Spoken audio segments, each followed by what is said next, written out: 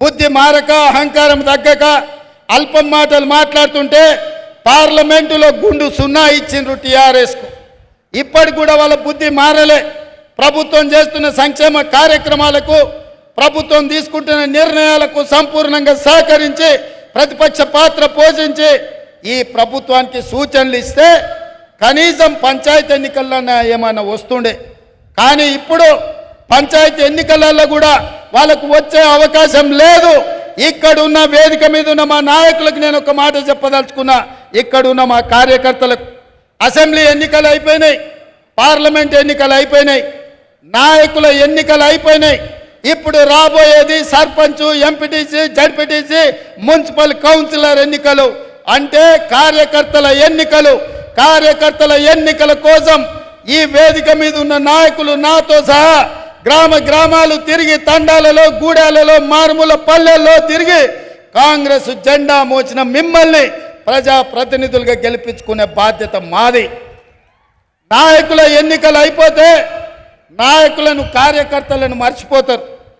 కానీ నేను నాయకుడిని కాదు, కార్యకర్తల కోసం కష్టపడేవాడిని. కార్యకర్తల్ని ప్రజాప్రతినిధులుగా గెలిపించి సంక్షేమంలో, అభివృద్ధిలో కార్యకర్తలను భాగస్వాములను చేసినప్పుడే కాంగ్రెస్ పార్టీ బలంగా ఉంటుందని నేను విశ్వసిస్తున్నా.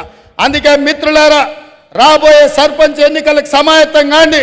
ఎంపీటీసీలు, జడ్పీటీసీలు, కౌన్సిలర్లు, కార్పొరేటర్లు, కార్యకర్తలను గెలిపించుకొని ఈ అధికారంలో మిమ్మల్ని భాగస్వాములను చేసుకొని ఈ ప్రభుత్వం అమలు చేస్తున్న సంక్షేమ కార్యక్రమాలు మీ ద్వారానే పేదలకు గ్రామాలలో అందించే బాధ్యత మేమందరం తీసుకుంటాం.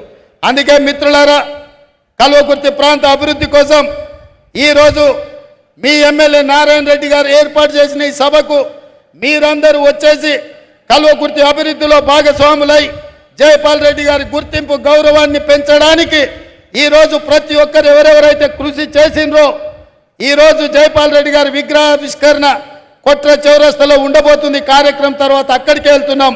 కార్యకర్తలను అందరినీ కూడా జాగ్రత్తగా అక్కడికి రమ్మని సూచన చేస్తూ జయపాల్ రెడ్డి గారి విగ్రహావిష్కరణ చేయడం నాకు ఒక గొప్ప అవకాశం. తెలంగాణ రాష్ట్ర ముఖ్యమంత్రిగా బాధ్యతలు చేపట్టిన నాకు దక్షిణ తెలంగాణ నుంచి ఉత్తమ పార్లమెంటేరియన్గా ఎన్నికైన సిద్ధాంతకర్త, అదేవిధంగా ఈ దేశంలో సరళీకృత విధానాలతో దేశంలోనే వన్నె తెచ్చిన పివి నరసింహారావు గారి తర్వాత జాతీయ రాజకీయాలలో తెలుగు బిడ్డలకు గౌరవం తెచ్చిన జయపాల్ రెడ్డి గారి విగ్రహావిష్కరణలో పాల్గొన్న మీకందరికి కూడా మనస్ఫూర్తిగా ధన్యవాదాలు, కృతజ్ఞతలు తెలియజేసి సెలవు తీసుకుంటున్నా. జై కాంగ్రెస్.